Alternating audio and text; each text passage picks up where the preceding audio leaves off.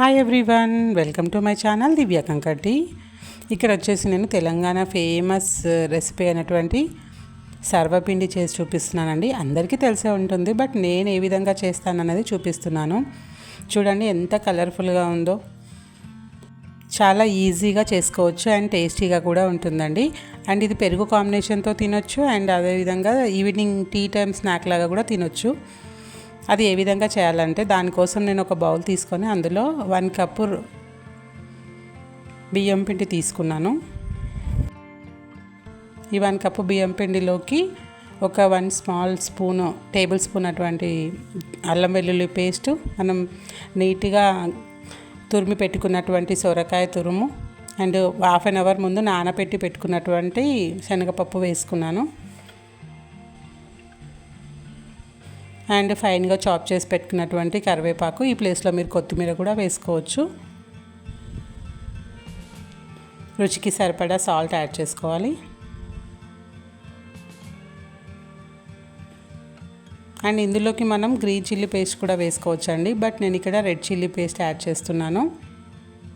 కొంచెం కలర్ఫుల్గా ఉంటుంది అండ్ నాకు రెడ్ చిల్లీ పేస్ట్ తోటే నచ్చుతుందండి. అండ్ ఇందులోకి టేస్ట్ బాగుంటుంది నువ్వులు యాడ్ చేస్తున్నాను. నార్మల్ నువ్వులే, వేయించినవేం కాదండి, నార్మల్వే.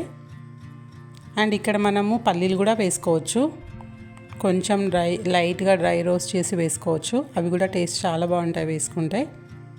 నేను శనగపప్పు వేసాను కాబట్టి ఇక్కడ యాడ్ చేయలేదు. వీటన్నింటినీ బాగా కలుపుకోవాలండి. వాటర్ అస్సలు యాడ్ చేయొద్దు. మనకు సొరకాయ వేసాం కాబట్టి దాని వాటరే సరిపోతుందన్నమాట. కొంచెం నిదానంగా మెల్లగా కలుపుకోవాలి. మరీ మెత్తగా ఉండొద్దు, మరీ గట్టిగా ఉండొద్దండి.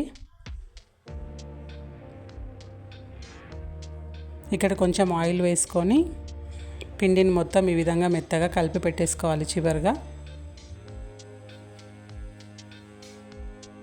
ఇవైతే ఈజీగా చేసుకోవచ్చు, టేస్ట్ కూడా సూపర్గా ఉంటాయండి. అండ్ ఈ పిండినంతా లిడ్ క్లోజ్ చేసి ఒక 5 to 10 minutes పక్కన పెట్టేసి సరిపోతుంది. తర్వాత లిడ్ ఓపెన్ చేసుకొని మనకి ఎంత సైజులో చేయాలనుకుంటున్నామో అంత సైజు పిండి తీసుకొని రౌండ్గా చేసి పెట్టుకోవాలి. నేను వీటిని చేయడానికి ఇక్కడ నేను ఒక నాన్ స్టిక్ కడాయి తీసుకున్నాను.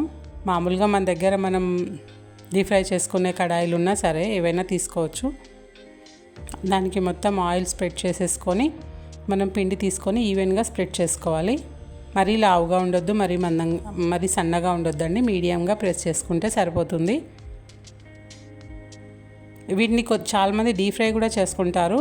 అలా చేస్తే అంత టేస్ట్ ఉండదండి. ఈ విధంగా షాలో ఫ్రై చేసుకుంటేనే సూపర్గా ఉంటుంది. ఆయిల్ కొద్దిగా ఉంటుంది అండ్ హెల్దీ ఐటమ్ కూడా.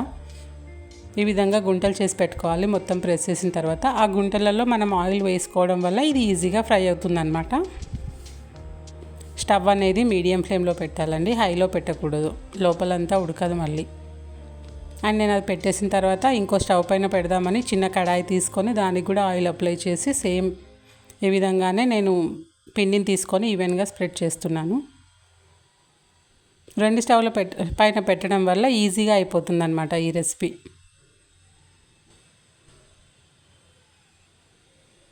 మనం ఇందాక నాన్ స్టిక్ కడాయిలో పెట్టింది ఓపెన్ చేసి చూస్తే ఈ విధంగా ఉంటుంది. లిడ్ క్లోజ్ చేసి ఒక 5 to 10 minutes ఉంచితే ఈ విధంగా మంచిగా ఫ్రై అయి ఉంటుందన్నమాట. ఇంకో 5 minutes అలాగే లిడ్ తీసేసి ఉంచుతాం కదా. ఈ విధంగా మంచిగా ఫ్రై అయిపోయింది. ఈ రెసిపీ కనుక మీకు నచ్చితే please like and subscribe to my channel. Thank you.